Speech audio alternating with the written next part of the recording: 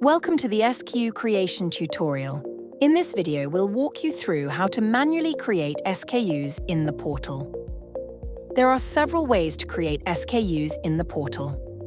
Manual SKU creation is recommended when you only need to create a small number of SKUs.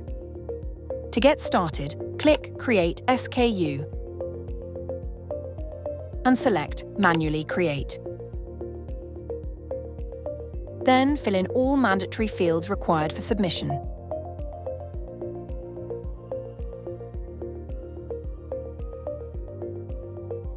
Please note that either a product image or a product URL is required for the compliance team to verify the product. Once one of these fields is completed, the other will no longer be mandatory. Country of origin and HS code are required for international shipments. Please make sure to provide this information if you plan to ship internationally.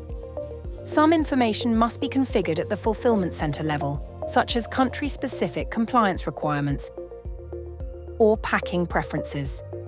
Make sure to select the appropriate settings for each fulfillment center. Once all required information has been completed, click Submit for verification. You can also choose Save as Draft if you would like to complete the submission later. You can check the verification status from the SKU information page. Verification usually takes up to 24 hours. If any SKU is rejected, click into the SKU details page to review the rejection reason and make the necessary updates.